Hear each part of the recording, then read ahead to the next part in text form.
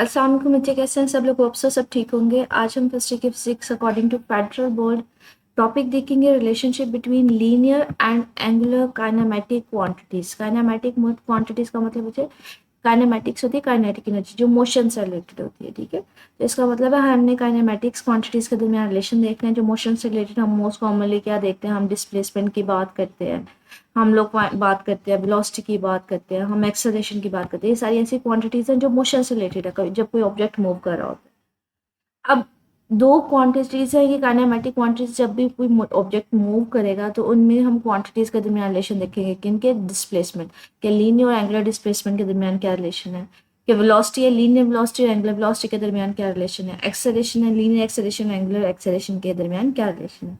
तो यहाँ पे यही कह रहा है कि लीनियर काइनेमेटिक्स, काइनेमेटिक का मतलब होता है मोशन से रिलेटेड जो क्वांटिटीज है, जैसे वेलोसिटी हो गई, एक्सेलरेशन हो गया, वेलोसिटी हो गया, इन सब के दरमियान जो है रोटेशनल एनालॉग में देखेंगे। मतलब पहले हमारे पास लीनियर एक्सेलरेशन में हमने देखा था, फिर हमने एंगुलर में देखा था। आज हम इनके दरमियान रिलेशन देखेंगे कि किस तरह से वो रिलेटेड है, मतलब किस तरह से ये सारी लीनियर क्वांटिटीज जो है वो एंगुलर क्वांटिटीज के साथ रिलेटेड है।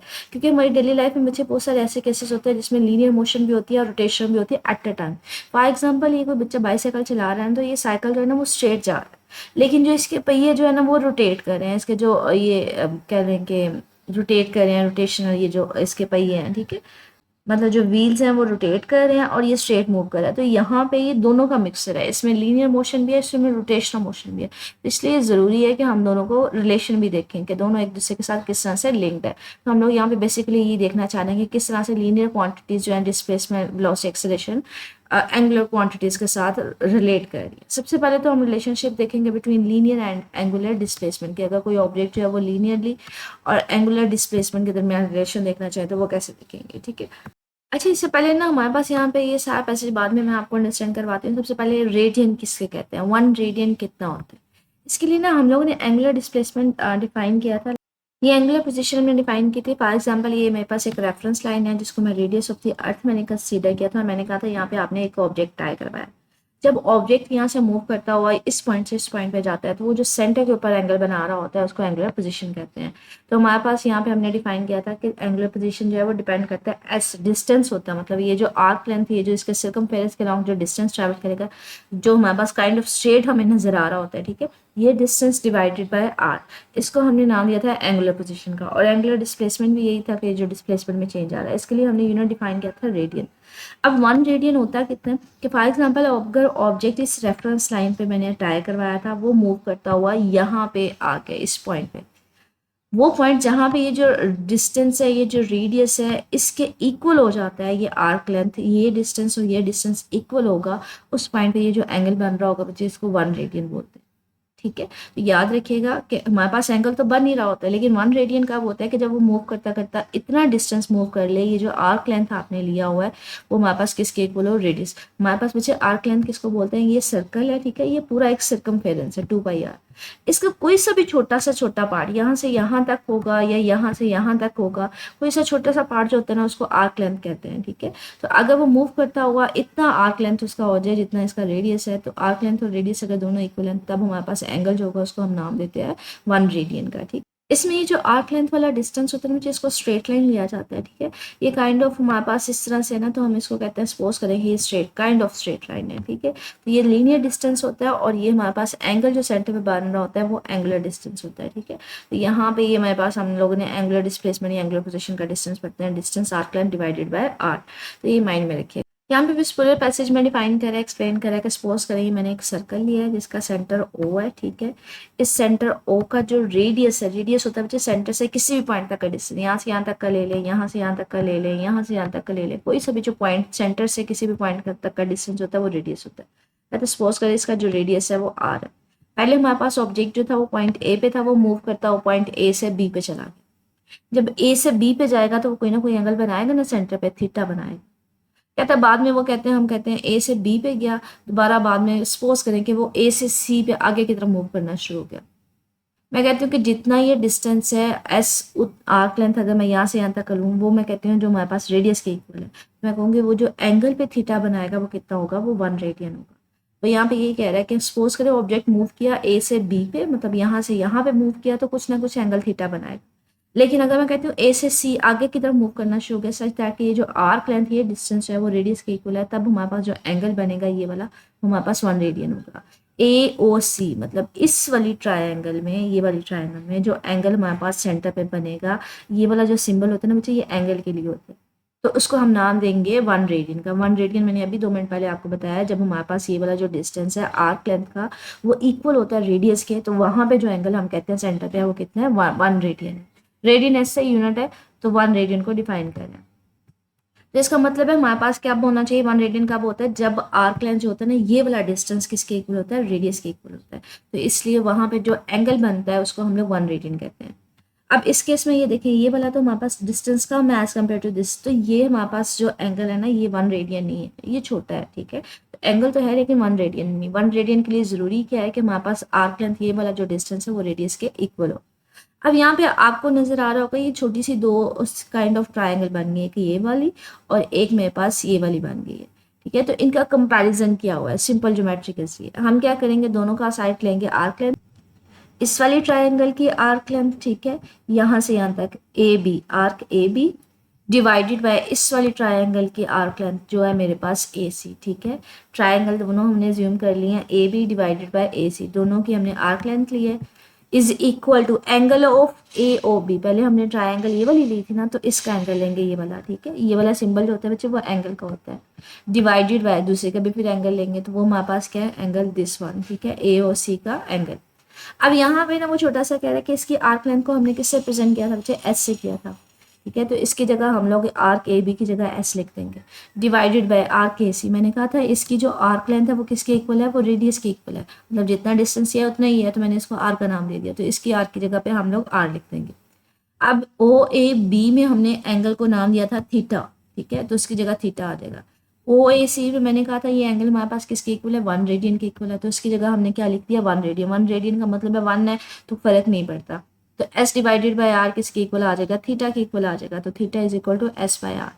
तो ये हमारे पास क्या है, एस क्या है, लीनियर डिस्टेंस, मतलब यहाँ से यहाँ तक आपको नहीं लग रहा वो काइंड ऑफ स्ट्रेट डिस्टेंस इस तरह से है, ठीक है। तो ये स्ट्रेट लाइन डिस्टेंस है, ये आर हमारे पास रेडियस है और थीटा हमारे पास एंगुलर डिस्टेंस है। तो रिलेशन है किसके इसके दरमियान, लीनियर डिस्टेंस और एंगुलर डिस्टेंस के दरमियान, ठीक है। तो यहाँ पे एस है, यहाँ पे आर डिवाइड हो रहा है, तो जाकर मल्टीप्लाई हो जाएगा। तो ये हमने रिलेशनशिप फाइंड आउट किया किस किसके दरमियान, लीनियर और एंगुलर डिस्प्लेसमेंट के दरमियान, कि हमारे पास जब वो along the circumference of the circle move करता है, तो जब पॉइंट ए से बी पे जाता है तो कुछ ना कुछ एंगल भी बना रहा हो सेंटर पे। उसको हमने किस तरह से फाइंड आउट किया, हमने उसको अज्यूम किया काइंड ऑफ टू, हमने ट्रायंगल्स अज्यूम की कि अगर पॉइंट ए से बी पे जाता है तो हमारे पास कुछ एंगल बनाएगा, फिर ए से सी पे जाता है तो कुछ एंगल थीटा बनाएगा। हमने इन दोनों का कंपैरिजन किया है, ठीक है। रेशियो ली है इसका arc length O A B का divided by O A C का, फिर हमने फाइंड आउट किया angle of O A B और फिर एंगल ओ ए सी। तो सब दोनों तीनों की चारों की वैल्यूज पुट ऑन की हैं कि आर के बी को हमने डिस्टेंस एस का नाम दिया है, ए सी को हमने कहा था वो आर के इक्वल है, तो उसको हमने वैल्यूज को पुट ऑन किया है, ठीक है। ये अलहदा से सिर्फ और सिर्फ यहाँ तक ना बच्चे आपके पास शॉर्ट क्वेश्चन में पूछ लिया जाता है, find out the relation between linear and angular displacement. तो यहाँ तक ये सिर्फ शॉर्ट क्वेश्चन में आ सकता है, ठीक है। नेक्स्ट चलते हैं, relation between linear and angular velocities. अब याद रखिएगा बच्चे ये जो सिचुएशन सारी हमने देखी ना कि लॉन्ग सर्कल वो मूव कर रहा है, हमारे पास कुछ ट्रायंगल बन गए, डेरिवेशन यहाँ तक है, आगे सिंपल है, ठीक है। इसी रिलेशन को हम फर्दर यूज करेंगे, उसको और वेलोसिटी में कन्वर्ट करवा लेंगे, क्योंकि लीनियर वेलोसिटी अगर आपको याद हो तो लीनियर वेलोसिटी हम कैसे डिफाइन करते हैं, हम कहते हैं right rate of change of time, rate of change of displacement. अगर एंगुलर वेलोसिटी को बात करें हमारे पास क्या होता है, वो हमारे पास होता है ओमेगा से इसको लिखा जाता है, और वो होता है time rate of change of angular displacement theta by T.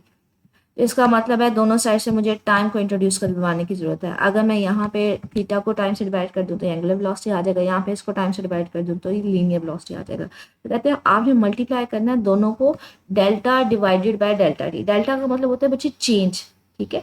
आप यहाँ पे चेंज हम डिफाइन करते हैं ना, time rate of change of linear displacement, तो हम लोग यहाँ पे डेल्टा की जरूरत है। Time rate of change of angular displacement, तो हमें यहाँ पे डेल्टा की जरूरत है। तो इसलिए इसको डेल्टा से delta divided by delta T से मल्टीप्लाई करेंगे। ये देखिए इस साइड को भी हमने डेल्टा बाय डेल्टा टी के साथ मल्टीप्लाई कर दिया, इस साइड को भी हमने मल्टीप्लाई कर दिया। और साथ में ना हमने यहाँ पे लिमिट लगानी है, लिमिट अप्रोचेस टू जीरो, कि हमने इंटरवल नहीं लेना, हमने सिर्फ चेंज लेना है किसी भी इंस्टेंट के ऊपर। Delta T approaches to zero होना चाहिए, मतलब टाइम नहीं हमने इंटरवल ना लें, वो सिर्फ इंस्टेंटेनियस ही। हम लोगों ने ना इंस्टेंटेनियस वेलोसिटी की डेफिनेशन डिफाइन की थी, इंस्टेंटेनियस एक्सेलरेशन, इंस्टेंटेनियस वेलोसिटी। मैंने वहाँ पे बोला था डेल्टा टी अप्रोचेस का टू का मतलब होता है किसी लम्हे पे लेना है, इंटरवल नहीं लेना, पूरा एक लंबा ड्यूरेशन नहीं लेना कि इतने पूरे एक घंटे में कितना चेंज हुआ। आपने उस टाइम उस पर्टिकुलर इंस्टेंट पे बताना है, ठीक है। तो हमने यहाँ पे टाइम के लिए इंटरवल नहीं लेना, तो delta T approaches to zero हमने लेना है, तो लिमिट भी लगा दी, डेल्टा बाय डेल्टा टी के साथ दोनों को डिवाइड भी कर दिया। अच्छा, अब जो आर है ये तो हमारे पास कांस्टेंट है, यहाँ पे रेडियस यहाँ पे भी उतना ही है, यहाँ पे भी रेडियस उतना ही है, जब वो पूरे सर्कल में मूव करेगा यहाँ पे भी उतना ही है, तो रेडियस तो चेंज नहीं होगा, तो डेल्टा रेडियस के ऊपर तो अप्लाई नहीं होगा, तो रेडियस को बाहर निकाल लें, ठीक है। चेंज नहीं आएगा कोई भी रेडियस में, तो आर बाहर आ जाएगा। तो ये time rate of change of delta S divided bye delta T, ये लीनियर वेलोसिटी है। वही मैंने आपसे जैसे कहा था ना, time rate of change of linear displacement, वो लीनियर वेलोसिटी होती है, लीनियर इंस्टेंटेनियस वेलोसिटी आ जाएगी। और time rate of change of angular velocity, जो लिमिट हमारे पास अप्लाई करके हम करते हैं, ये हमने प्रीवियस टॉपिक में पढ़ा भी था, ये हमारे पास क्या होती है, ये एंगुलर इंस्टेंटेनियस वेलोसिटी होती है, किसी लम्हे पे किसी इंस्टेंट के ऊपर, ठीक है। तो उसकी जगह ये पुट कर दिया, तो इसकी जगह हमने लीनियर वेलोसिटी पुट ऑन कर दिया, और उसी तरह से, और ये हमारे पास ओमेगा एंगुलर वेलोसिटी। तो ये रिलेशनशिप आ गया between linear and angular velocity.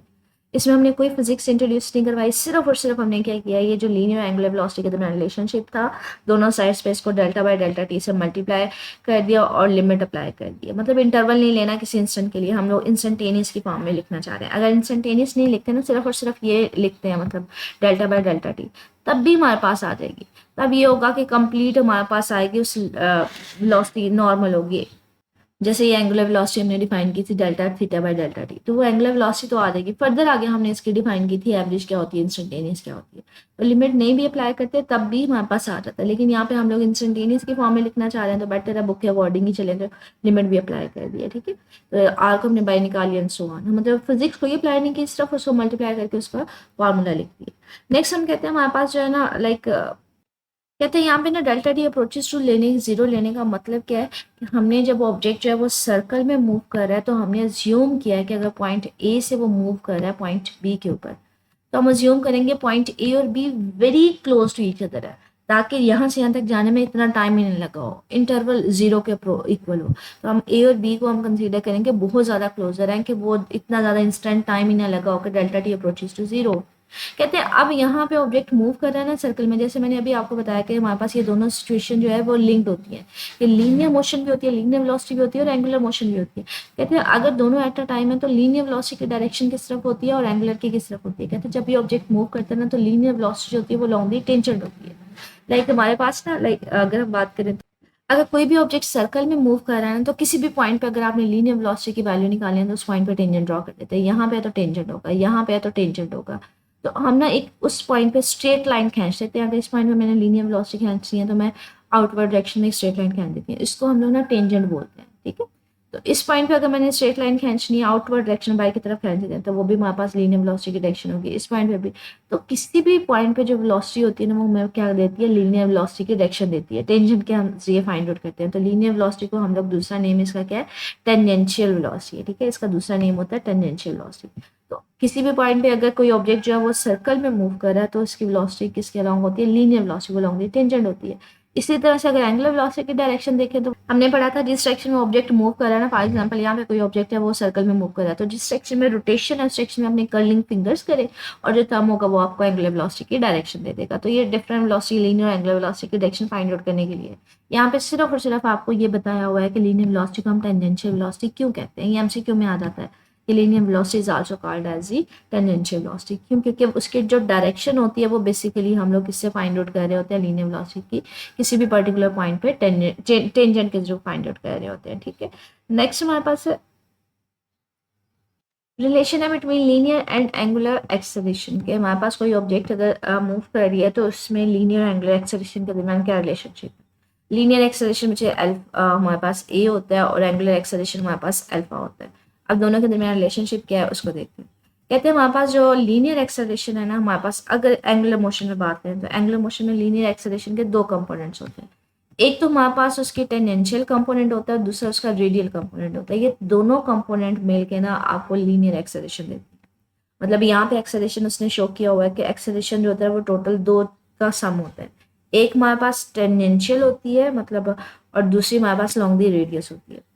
आपने ओवरऑल अगर इसकी मैग्नीट्यूड फाइंड, ये वेक्टर फॉर्म में है, ठीक है, मैग्नीट्यूड फाइंड आउट करनी है तो दोनों का स्क्वायर लेके उसको सम करके अंडर रूट ले लेंगे।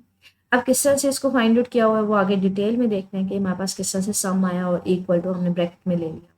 तो पहले तो हम लोग लीनियर एक्सेलरेशन की बात करते हैं कि इसके दो अगर कंपोनेंट्स हैं, मतलब कुछ रेडियल कंपोनेंट है कुछ टेंजेंशियल कंपोनेंट है, तो ये कहाँ से आते हैं, क्यों आते हैं, उसकी रीजन यहाँ पे वो पूरे पैसेज में बता रहा है। कहते हैं जब भी ऑब्जेक्ट हमारे पास, सबसे पहले अगर देखें टेंजेंशियल कंपोनेंट के, तो कहते हैं जिस डायरेक्शन में हमारे पास लीनियर वेलोसिटी होती है ना, उसी डायरेक्शन में ये हमारे पास जो एक्सेलरेशन होगी वो हमारे पास क्या होगी, टेंजेंशियल एक्सेलरेशन होगी। लाइक अगर हम बात करें कि हमारे पास कोई भी जो ऑब्जेक्ट जो सर्कल में मूव करता है, तो हमने कहा था हर पॉइंट पे जो है ना टेंजेंशियल या लीनियर वेलोसिटी होती है। मतलब अगर यहाँ पे मैंने वेलोसिटी फाइंड आउट करनी है तो मैंने कहा था यहाँ पे टेंजेंट ड्रॉ कर देंगे, यहाँ पे वेलोसिटी फाइंड आउट करनी है तो यहाँ पे टेंजेंट ड्रॉ कर देंगे। तो जिस डायरेक्शन में लीनियर वेलोसिटी होती है उसी डायरेक्शन में जो एक्सेलरेशन होता है उसको हम लोग नाम देते हैं टेंजेंशियल एक्सेलरेशन। तो यहाँ पे अगर लीनियर वेलोसिटी है तो यहाँ पे यहाँ पे टेंजेंशियल एक्सेलरेशन भी होगा। यहाँ पे अगर लीनियर या टेंजेंशियल वेलोसिटी है तो यहाँ पे एक्सेलरेशन भी होगा। तो ये दोनों पैरेलल होते हैं।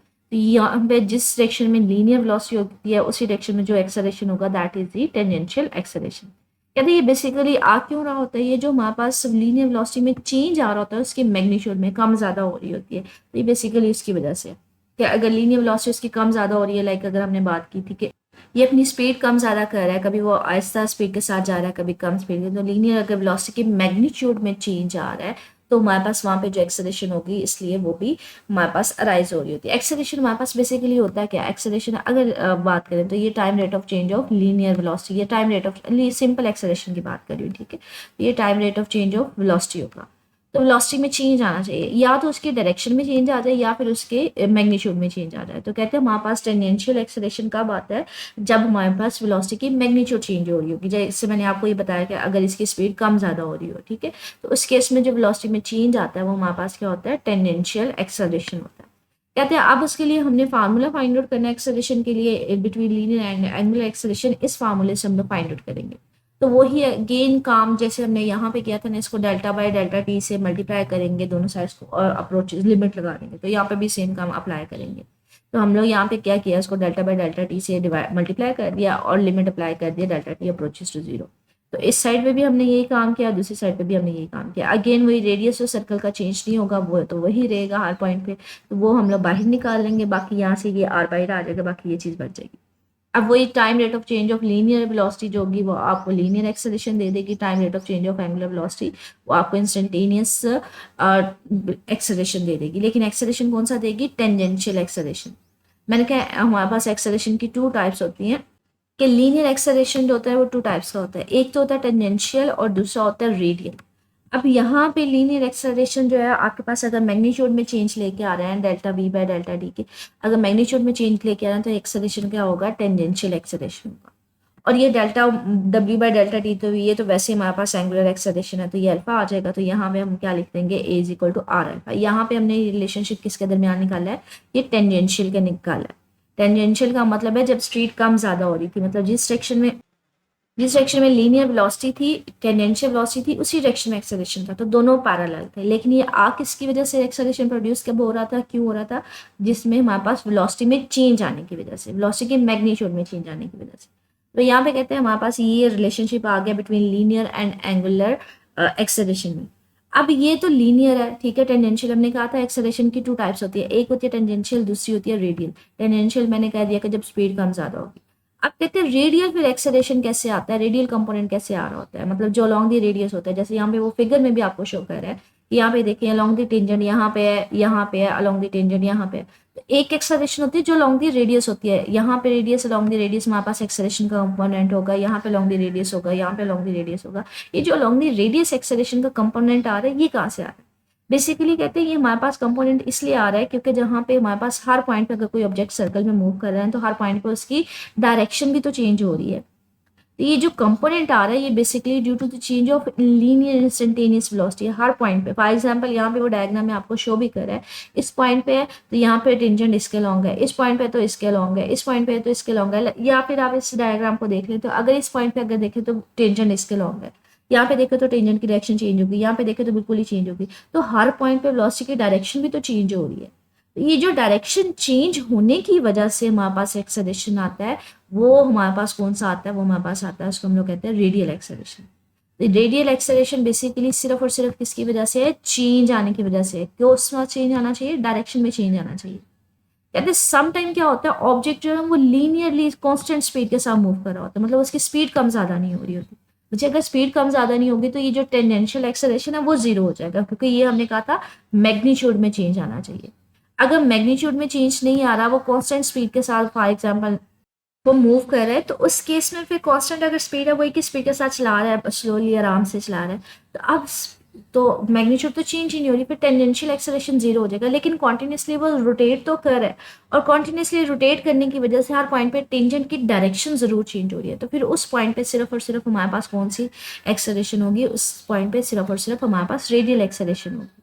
ठीक है, और रेडियल एक्सेलरेशन को हम लोग सेंटीपिटल एक्सेलरेशन भी बोलते हैं। तो ये एमसीक्यू भी आ सकता है कि रेडियल एक्सेलरेशन हमारे पास क्या होती है, दूसरा इसका नेम क्या है, radial acceleration is called the centripetal acceleration. ये आगे फर्दर डिटेल में है सेंटीपिटल एक्सेलरेशन इसको क्यों बोलते हैं। तो ये हमारे पास है, सिर्फ और सिर्फ याद रखिएगा लीनियर एक्सेलरेशन के दो कंपोनेंट्स होते हैं। कौन कौन सा, एक हमारे पास होता है इसका टेंजेंशियल और दूसरा होता है रेडियल। टेंजेंशियल कंपोनेंट क्यों आता है, जब अगर वेलोसिटी की मैग्नीट्यूड चेंज हो रही है, स्पीड कम ज्यादा हो रही हो, तो उसके लिए हम लोगों ने रिलेशनशिप भी निकाला लीनियर और एंगुलर एक्सेलरेशन के दरमियान। और रेडियल कब आ रहा होता है, जब हमारे पास उसके डायरेक्शन चेंज हो रही है। अगर हमारे पास कोई object linear velocity simple constant magnitude के कांस्टेंट स्पीड के साथ मूव कर रहा है, तो फिर सिर्फ और सिर्फ उसका कौन सा कंपोनेंट होगा, रेडियल होगा, फिर उसमें टेंजेंशियल जीरो हो जाएगी। ठीक है, तो ये हमारे पास मोस्ट कॉमनली बच्चे शॉर्ट क्वेश्चन में पूछा जाता है। आगे यहाँ पे अगर देखें, कोई भी ऑब्जेक्ट जो है जब वो सर्कल में मूव करता है ना, तो हमारे पास ना यहाँ पे उसके दो एक्सेलरेशन होता है। एक होता है एक्सेलरेशन जो लॉन्ग दी टेंजेंट होता है, ठीक है, जो वेलोसिटी के पैरेलल होता है, टेंजेंशियल एक्सेलरेशन। और दूसरा होता है लॉन्ग दी रेडियस। ठीक है, इन दोनों के दरमियान जो एंगल होता है ना बच्चे, वो 90 डिग्री होता है। अगर आपने दोनों का रिजल्टेंट टोटल एक्सेलरेशन निकालना है तो दोनों को हेड टू टेल रूल से ऐड कर देते हैं। ठीक है, इसको उठा के यहाँ पे एक डॉटेड लाइन लगा देते हैं। ठीक है, यहाँ पे हमारे पास एक ट्राइंगल सी बन जाती है, या ट्राइंगल ले लें, या फिर आप ये भी इस तरह से भी एज्यूम कर सकते हैं कि ये हमारे पास इस तरह से ये ट्राइंगल एज्यूम कर लेते हैं। ये हमारे पास अगर नेट एक्सेलरेशन लेना तो यहाँ पे इसका नेट एक्सेलरेशन होगा, कि इसमें दोनों का कॉम्बिनेशन होगा, इसमें टेंजेंशियल भी होगा, इसमें रेडियल भी होगा। अब वो कैसे फाइंड आउट करेंगे बच्चे, ये हमारे पास यहाँ पे पाइथागोरस थ्योरम लग सकता है ना, ये इसमें बेस होगी, ये इसमें परपेंडिकुलर होगा। तो वो कैसे लगेगा कि ए हाइपोटेनस ये होगा, ठीक है, इज इक्वल टू ए का स्क्वायर, हाइपोटेनस का स्क्वायर इज इक्वल टू हमारे पास बेस का स्क्वायर प्लस परपेंडिकुलर का, ये बेस है बच्चे, ये हमारे पास वर्टिकल है तो ये परपेंडिकुलर है, तो ए टी का स्क्वायर और प्लस ए आर का स्क्वायर। ठीक है, तो ये दोनों का स्क्वायर आ जाएगा, रेडियल और हमारे पास टेंजेंशियल का। अब अगर आपने मैग्नीट्यूड लेनी है तो कैसे निकलेगी बच्चे, दोनों का अंडर रूट लेना दोनों साइड्स पे, तो यहाँ पे अंडर रूट लेंगे तो ये अंडर रूट लेगा और यहाँ पे अंडर रूट खत्म हो जाएगा, तो यहाँ से मैग्नीट्यूड का फॉर्मूला निकल आता है। ठीक है, ये बेसिकली यहाँ से फाइंड आउट हुआ हुआ। ये जो अभी हमने टॉपिक पढ़े बच्चे, ये सारे जो है ना शॉर्ट में है। वो रिलेशनशिप कोई भी पूछ लेता है, find out the relationship between linear angular displacement, find out the relationship between linear and angular velocity, find out the relationship between linear and angular acceleration. आपके पास लीनियर एक्सेलरेशन जो है उसके कंपोनेंट्स बताएं, हमारे पास दो कंपोनेंट्स होते हैं उसको आप बताएं। ठीक है, तो ये हमारे पास छोटे छोटे शॉर्ट क्वेश्चन है। इसी तरह से हमने क्वेश्चन ऑफ मोशंस पढ़ी थी ना बच्चे, लीनियर के लिए क्या कोई ऑब्जेक्ट जो है वो स्ट्रेट लाइन में जा रहा हो तो हमने कहा था कि उसके लिए क्वेश्चन ऑफ मोशंस हमने ये फाइंड आउट की थी।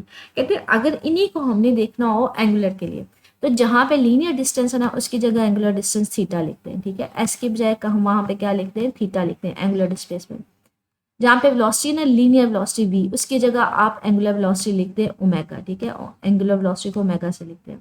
जहाँ पे है ना हमारे पास लीनियर एक्सेलरेशन ए, वहाँ पे क्या लिखते हैं, वहाँ पे अल्फा लिखते हैं। तो ये आपकी सारी की सारी जो क्वेश्चंस हैं वो चेंज हो जाएंगे, एच की जगह थीटा, वी की जगह ओमेगा और डी। तो ये हमारे पास क्वेश्चन ऑफ मोशन फर्स्ट वाली है, V F is equal to V A plus A T, तो omega F plus is equal to omega A plus A T.